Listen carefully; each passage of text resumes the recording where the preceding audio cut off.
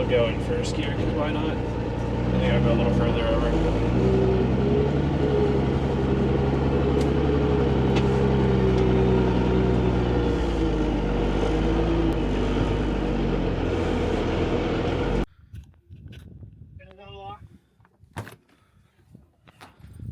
This also has the crispiest door handle unlocks. They were quite crispy. Same as the G-Wagons. Air conditioning.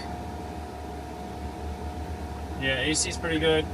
I had the windows very expensively tinted so that I could avoid any sort of heat coming through them, or as much as possible at least. Yeah, not totally preventable.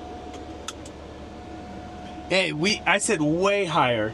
Yeah. Okay. Also, don't mind my headliner sagging. I've done as much as I can.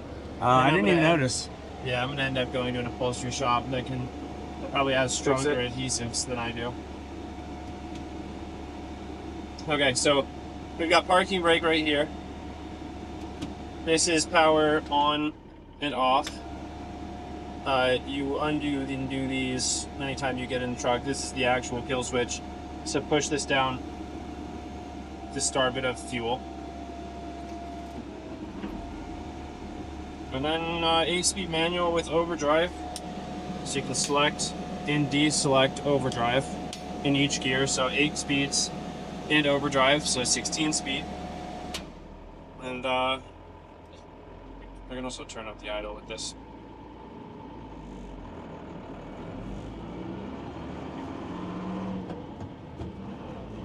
Nothing like a good old school manual. No.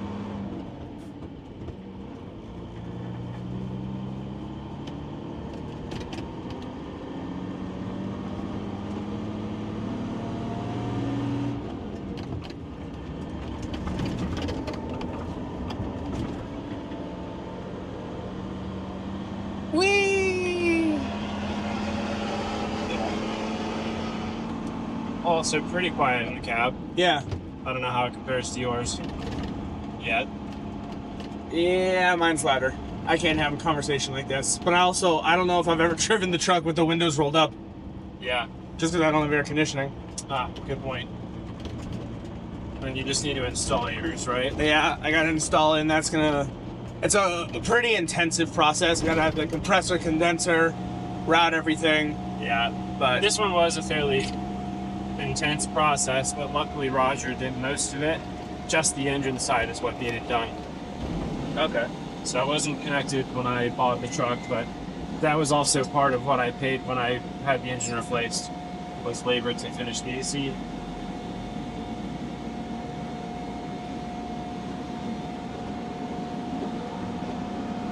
Sway a lot more than yours? Yeah. Yeah. But I hear no clunking and no weird sound, which is nice. There's tons of that in yours? No, but whenever you're at a pretty good articulation, both my last truck and this truck, you get a good clunk, clunk, and shit the bump stops. Yeah. But yeah, mine sort of has that, or has some weird noises under articulation, but I just feel like there's not much you can do about it. You just have to accept it. I'm not sure if it's like, I don't think it's like a bottoming out the shock noise or anything. And then your top speed, you said it was 55 for now until you do those changes? I can go 60 downhill. With the wind pushing on your back? 64 is probably like my max speed at redline. I don't cruise at that very often, but typically at the moment 50 to 55 is what I cruise at. Okay. And 60 if I'm going downhill. The ride is actually a lot better than I thought it was going to be. Yeah, you can air your seat down a little bit too. Yeah. Oh, that's right. You have air seats. Yeah. The air seats are nice. Mine are all the way up at the moment.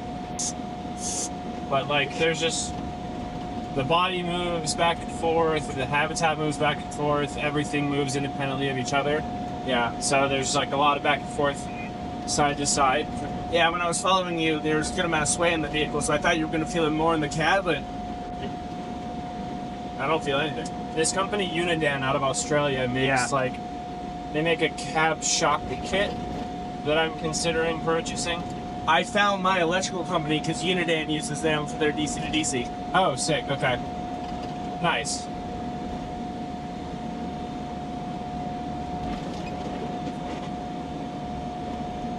Yeah. Overall, pretty pleasant experience off-road. Yeah. Plus, I'm at highway PSI in the tires. I did not air down whatsoever, and I mean, Can you add CTIS to a MOG, or is it only if it comes with it? I'd have to change axles and stuff, which would be a very costly thing to do. Yeah, so it's you buy a MOG that already has it. Yeah, really. Now we're gonna go up what we already did. Hopefully you don't get any ceramics in your tire over here. I hope not. I'm really not trying to change my shit.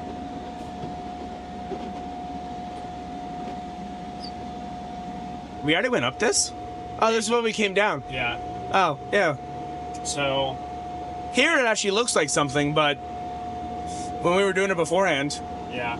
couldn't even tell. I'm just in second gear right now.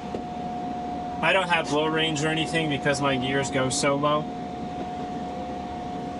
So, second with overdrive off, I can just like pretty comfortably cruise up this. I'm in two-wheel. Oh, you're on two-wheel right now? Yeah, I'm in two-wheel drive. Tons of grip. Yeah. That was easy.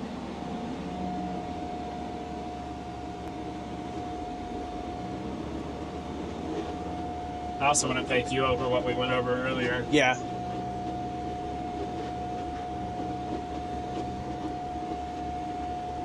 I really gotta weigh this thing. Is there a truck stop on the way back? Actually, I think there actually might be. Because we can weigh the two of them. Yeah. Obviously, my build-out's not done, but Yeah. I'll be within, with water, 1,500 pounds of my total weight.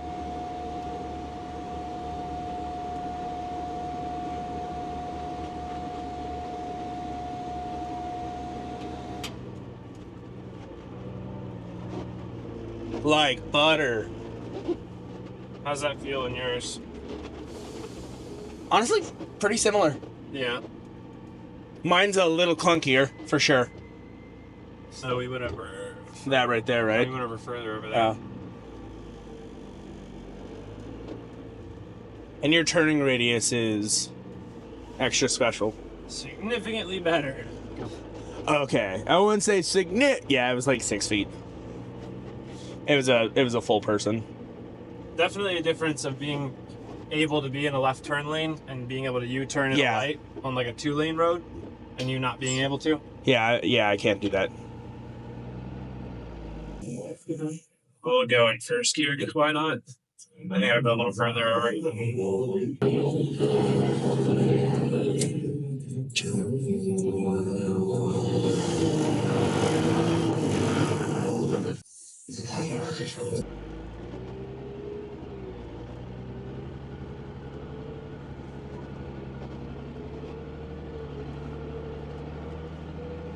Your low range is much lower now that I did my eco hubs. Yeah. So my first gear. That was first with overdrive on, too. Okay.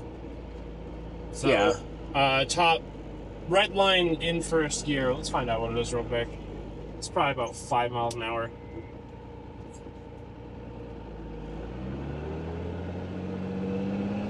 Oh wow. That's red line in first gear. Or no, this is red line in first gear. So maybe 4 miles an hour. Yeah.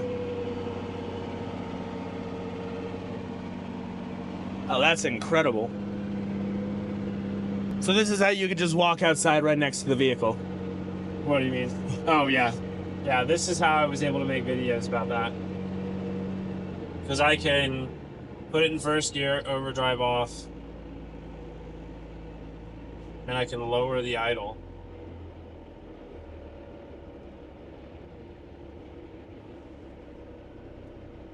.650 RPM in first gear. We're at a snail's pace now. Yeah. Beautiful thing. And then, yeah, this would be like my off-road cruise control, basically. It's just turning this knob. Is there a lot of play in the knob, or is it just... There's some play in the knob. Okay. Like I have to turn it a little bit before it engages, but so it's not just something that you'll accidentally hit? no, Okay. no, never something you'll accidentally turn up. But also, if you were cruising at highway speed and you somehow turned this up enough to like have a cruise control, as soon as you push in the clutch, it's probably going to shoot up the red line. Oh, okay. And you have to either kill the truck or like spin it as fast as you possibly can.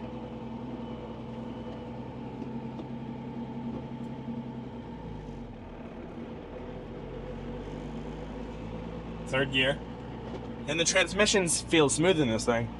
Yeah, pretty smooth. I'm happy. It has a new clutch, new flywheel, throwout variant kit. All the stuff was done whenever the engine was replaced.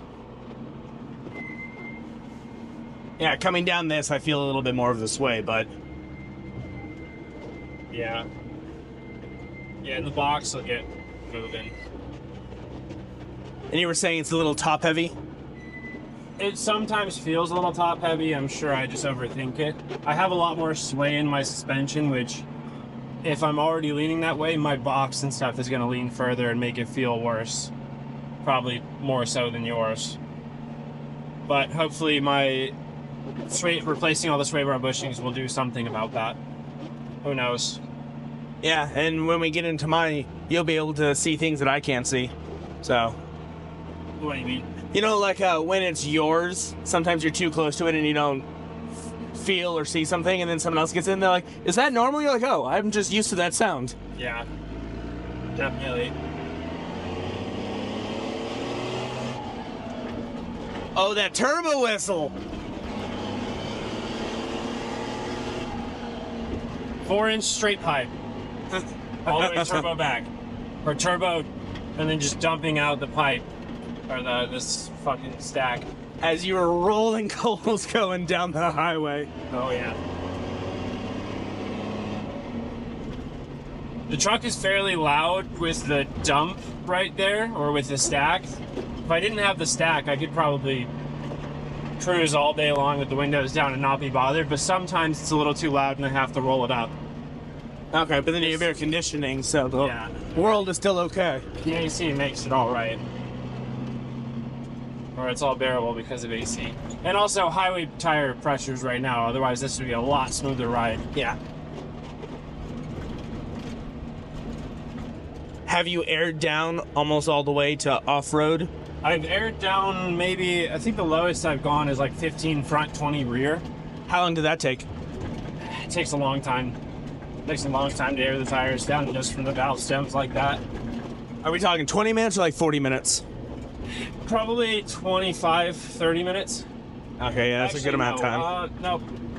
I'm going to say 20 minutes at most. More than I think about it. Okay, and we both got some squeaky brakes, which Yeah. it's never not going to squeak. I have new rotors, pads, and brake seals that I'll be putting on in the next couple weeks. So I'm redoing the braking system basically. I'm probably going to end up buying new brake lines because these are 40 years old now. So what you're saying is they're basically brand new. They're golden. Nothing's wrong with any of the rubbers on this truck. This truck only has about 30,000 miles on it. Oh, wow. And Unimogs are known for being used pretty hard and heavy and having a lot of miles, so that's nothing. Yeah, no, this is just a baby. It was a Bundeswehr truck, where it was used in the German army. It was a troop carrier. Und ja, and they carried so many troops.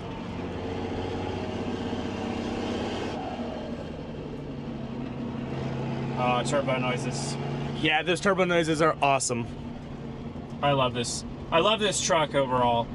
I can't wait to see what it's going to act like with like 70 more horsepower, or a third more horsepower.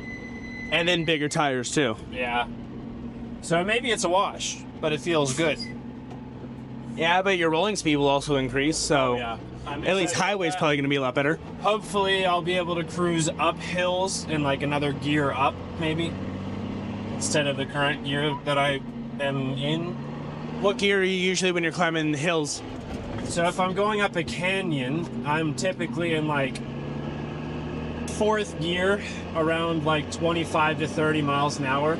Maybe after the turbo, I can be at like 35, 40 miles an hour. It's just the truck is so damn heavy. Yeah, that it is. And only a 5.7 turbo diesel. So.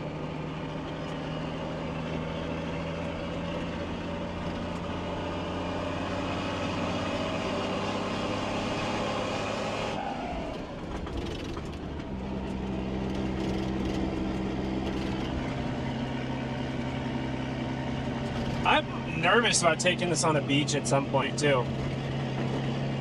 As long as you air the tires down, you should be pretty good. Like, I've taken mine down through Pismo, which is a beach you could drive on in California. Yeah. And full air in the tires, can be a little bit sketchy at times, but the moment you air down just a little bit, it's so happy. Can you just... Oh, well, you're full-time four-wheel drive, but I can flip on my four-wheel driving stuff on the go. I can turn my lockers on when I'm going 30 miles an hour. These don't... My truck doesn't even come with lockers, which I'm surprised about. You don't have lockers on? No. I know. Jeez. That's a plus for this one. Yeah, 100% that comes with it, and you can go into two-wheel drive. But still, we're getting the same gas mileage, so... Yeah. I'd be amazed to see what these things got if it even could go into two-wheel drive. That's so weird that you don't have lockers. I fucking thought you could put them in, but it doesn't come stock. Sounds expensive. 900 aside for the actual locker, and then just doing it. 900 aside? So Or 900 an axle. Okay. Yeah, that doesn't seem too bad, actually. No, and they're readily available. Yeah. I had some, but then I sold them when I did the Eco Hubs. Nice. Good drive. Sick. Good.